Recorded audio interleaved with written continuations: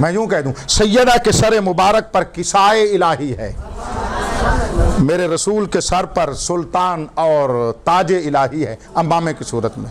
Be be ایسے چادر میں لپٹی ہوئی ہے، ہاتھ پاؤں پورا پورا پورا پورا کا پورا بدن لپٹا ہوا ہے۔ پیغمبر نے اپنے گھر سے ہی، میری طرف دیکھنا، میں آپ کو بتانا چاہتا ہوں، پیغمبر نے اپنے گھر سے ہی چادر کے اوپر سے بطول کا ہاتھ پکڑا، یوں ہاتھ پکڑا، یوں ہاتھ پکڑا۔ کیونکہ فقط مرد اور مستور والی بات تھی نا، فرق تھا ظاہر میں، وہی فرق ہے، باقی کوئی فرق نہیں، ذہن میں رکھیے گا۔ اب میرا جملہ سنیے، وہاں سے لے کر آئے، علی مرد تھے اسے میدان میں لے آئے، میدان غدیر میں، بی بی مستور تھی اسے مسجد میں لے آئے۔ غور کرتے آئے، علی مرد تھے ان کا امامہ تھا، بی بی مستور تھی، بی بی کی چادر تھی۔ لے جاؤ جملہ، تو جملہ بہت بڑا ہے اپنے میرے تجربے کے مطابق، قسم بخدا جتنا وزن علی مولا کے امامے کا ہے اتنا وزن سیدہ کی چادر کا ہے۔ ہوئے ہوئے ہوئے، جتنی عظمت علی مولا کے امامے کی ہے، رسول کے امامے کی ہے، اتنی عظمت بطول کی چادر کی ہے۔ جو شرف ان کے امامے کو ہے وہ شرف بطول کی چادر کو ہے۔ اس چادر کو سیرت زہرا پہ چل کر اس چادر کا مان رکھو اور اس کو محفوظ رکھو، ویسے رکھو جیسے بی بی چاہتی ہے۔ ٹھیک ہے، یہ چادر کی عظمت میں نے جملہ ہدیہ کر دیا، چادر پہنی، ان کا کیا تھا؟ امامہ تھا، ان کی چادر تھی۔ ہاں، یہ اوڑھنے کے لحاظ سے نہیں دیکھنا، اس لحاظ سے دیکھنا ہے۔ آج میں مصائب اسی کے اوپر شاید پڑھ دوں گا بعد میں، ابھی روایت سنیے گا۔ اس طرح آئے، مسجد میں آئے، آگے یہاں مسجد میں جتنے لوگ تھے وہاں میدان میں لوگ تھے۔ وہاں پر پالانوں کے منبر پر علی کو کھڑا کیا تھا، بی بی مستور تھیں، مسجد کی سرزمین پر کھڑا کیا، خود ساتھ کھڑے ہوئے۔ بی بی کے ہاتھ اسی طرح اس میں چادر میں ہے، چادر کے اوپر رسول، اندر بی بی بطول کا ہاتھ ہے، اوپر چادر ہے، اوپر رسول کا ہاتھ ہے، ایسے ہاتھ پکڑا۔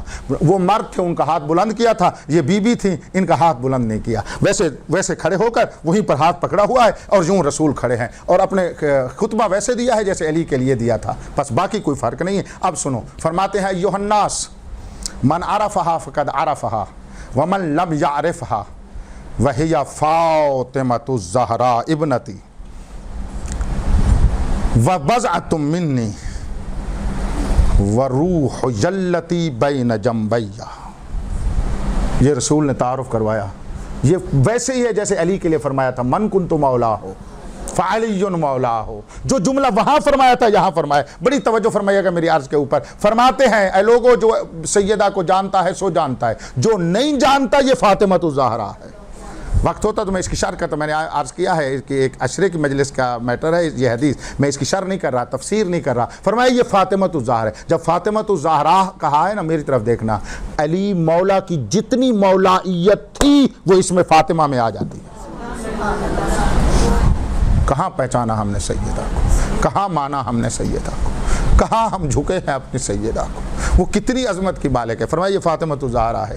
پھر فرمایا ہے ابنتی، فقط میری بیٹی ہی نہ سمجھا کرو، وہ تو ایک رشتہ ہے مجھ سے، یہ میری بیٹی رشتے میں ہونے سے علاوہ میرا وجود ہے۔ آگے فرماتے ہیں وہی بضعۃ منی، یہ میرا حصہ ہے، یہ ایک درجہ ہے بی بی کی معرفت کا، ایک درجہ ہے بی بی کی معرفت کا۔ آگے فرماتے ہیں وقلبی وروحی، یہ میرا دل بھی ہے میرا روح بھی ہے۔ میں جس موضوع پر جو جملہ آپ کو ہدیہ کرنا چاہتا تھا اس کے لیے میں نے وضاحت کی ہے۔ حقیقت محمدیہ سب رکھتے ہیں، مرد بار بار بنتے رہے، ایک تنہا بطول ہے۔ اب جو جملہ کہنا چاہتا ہوں، رسول نے فرمایا یہ میرا روح ہے، یہ میرا دل ہے۔ انسان کی حقیقت ہوتا ہی اس کا روح ہے، انسان کی حقیقت ہوتے ہی اس کا دل ہے۔ دل بھی کہہ دیا، روح بھی کہہ دیا، ویسے حصہ بھی کہہ دیا، ٹھیک ہے، سب کچھ کہہ دیا رسول کے بھی۔ ایک اور لفظ ہے، اس کے اوپر غور کرنا، شجنۃ منی، یہ جملہ کم بولا جاتا ہے، کبھی آپ کو مجلس سناؤں گا۔ شجنۃ منی، الفاطمہ تو شجنۃ منی، جیسے فاطمہ میرا بضعہ ہے اسی طرح فاطمہ میری شجنہ ہے۔ شجنتن عربی لفظ ہے، لغوی معنی بتا دیتا ہوں، تفسیر پھر کبھی۔ شجنہ یہ اپنا ہوتا ہے ایک درخت کو دوسرے درخت سے پیوند لگایا جائے، جب پیوند لگنے کے بعد درمیان میں ایک نرم کونپل نکلتی ہے، ایک نمبر دو، کھجور کا درخت ہے، اس کے بڑے پتے ہوتے ہیں، اس کے اندر اس سے چھوٹے، اس سے اندر اس سے چھوٹے چھوٹے چھوٹے چھوٹے، درمیان میں ایک نرم خوشہ سا ہوتا ہے، اس کو شجنا کہا جاتا ہے۔ اس کی خصوصیت یہ ہے کہ اس کھجور کے درخت کو پانی جڑوں میں ملتا ہے، غذا وہ اس میں آتی ہے، وہاں سے اس کے پورے درخت میں تقسیم ہوتی ہے۔ فرماتے ہیں بطول وہ میری شجنا ہے جہاں سے میرا علم، اسلام، دین، عصمت بطول سے تقسیم ہو کر آئمہ میں جاتا ہے۔ قربان جاؤں سیدہ تیری عظمت پر۔ فرمایا میری بضع ہے، میرا حصہ ہے، میرا دل ہے، میرا روح ہے۔ تو انسان کی حقیقت روح ہی ہے نا، انسان کی حقیقت دل ہی ہے نا۔ جس جملے کے انتظار میں آپ تشریف فرما ہے وہ جملہ آپ کو ہدیہ کرنا چاہتا ہوں۔ یہ سب کے سب محمد ہیں، بیوی بھی محمد ہیں، وہ مرد ہیں محمدوں میں، یہ تنہا مستور ہے محمد میں۔ تو معنی اس کا یہ ہے، مجھے دیکھیے گا، اس حدیث کو ذہن میں رکھیے گا کہ یہ وہ ہے جو میرا روح ہے، میرا دل ہے، میری بضع ہے۔ روح اور دل کو سامنے، یعنی جب میرا روح ہے تو یعنی میں ہوں، یعنی میرا روح ہے تو میں ہوں نا بابا۔ روح ایک ہے، صورت مختلف ہے، دل ایک ہے، صورت مختلف ہے، ٹھیک کہہ گیا میں، ٹھیک ہے۔ اور یہ انفسنا و انفسکم رسول کے بارے میں، مولا علی کے بارے میں مباہلہ میں انفسکنا کا مصداق فقط علی بن کے گئے۔ جیسے نفس النبی علی ہے ویسے روح النبی فاطمہ ہے۔ اب بات میں آپ تک پہنچ گئی ہے۔ جیسے پورے کا پورا محمد علی ہے ویسے پورا کا پورا محمد فاطمہ الزہرا صلوات اللہ علیہا ہے۔ وہ جملہ جو ہدیہ کرنا چاہتا ہوں وہ یہ، اتنی تمہید کے بعد انشاءاللہ میں دعا کر رہا ہوں کہ آپ تک معرفت پہنچ جائے گی۔ معنی اس کا یہ ہے، دیکھنا، اگر حضرت صلی اللہ علیہ وآلہ وسلم بشریت کی صنف رجولیت نہیں، عورتوں میں محمد آنا چاہتے تو فاطمہ ہوتی، فاطمہ مرد ہوتی تو محمد ہوتی۔ اور یہ میں نے برہان دیا ہے کہ کوئی میرا خطابی جملہ نہ لو، میں تھوڑا اس انداز میں گفتگو کرتا ہوں، اس کا معنی یہ نہیں ہے، یہ سیدہ کے دین ہے۔ میں زیادہ مجلس کے انداز میں آپ کو سنا ہے، ایک لیکچر جو اس انداز میں بات میں نے نہیں کی ہے، کیونکہ مجلس فاطمہ کی عظمت درس سے زیادہ ہے۔ انتہائی توجہ فرمائیے گا، میں جو آپ کو ہدیہ کر چکا ہوں۔ بس یہ جب اس طرح ہے تو اللہ کے ایام کے مرکزی دن کا نام ہے فاطمہ، مرکزی دن کا نام ہے فاطمہ۔ 5 منٹ باقی، 14 منٹ کہے تھے، ان میں سے 11 منٹ میں بولا ہوں، 5 منٹ مصائب پڑھتا ہوں، باقی آپ اس کو یاد رکھیے گا، رونے کی کوشش کریں۔ چاہیے تو یہ تھا کہ میں 1.5 گھنٹہ مصائب ہی پڑھتا رہتا، کیونکہ دن بیوی کے ہیں آج کل، اور ایسے ہی ہونا چاہیے۔ آپ مستورات ہیں، بیوی معظمہ بہت ہے، دکھی بھی بہت ہے، ایسا ہے نا۔ میں یہاں سے بات کو شروع کر رہا، اگر کسی ہمیں اطلاع دی جائے کہ کسی مرد نے مرد کو مارا، تکلیف ہوتی ہے، لیکن جب کوئی آ کر کہے نا کسی مرد نے مستور کو مارا، پھر بہت زیادہ تکلیف ہوتی ہے۔ اور اگر مستور عصمت اللہ الکبریٰ زہرا ہو، رونا اس جملے پر، رونے والا ایک مرد نہیں تھا،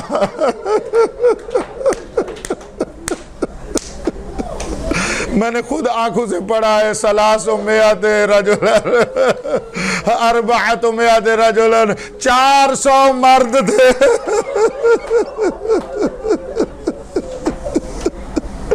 کسی راوی کو 40 نظر آئے۔ علامہ مجلسی بہار الانوار جلد نمبر 22 میں لکھتے ہیں 400 مرد تھا جو ایک بطول کو مار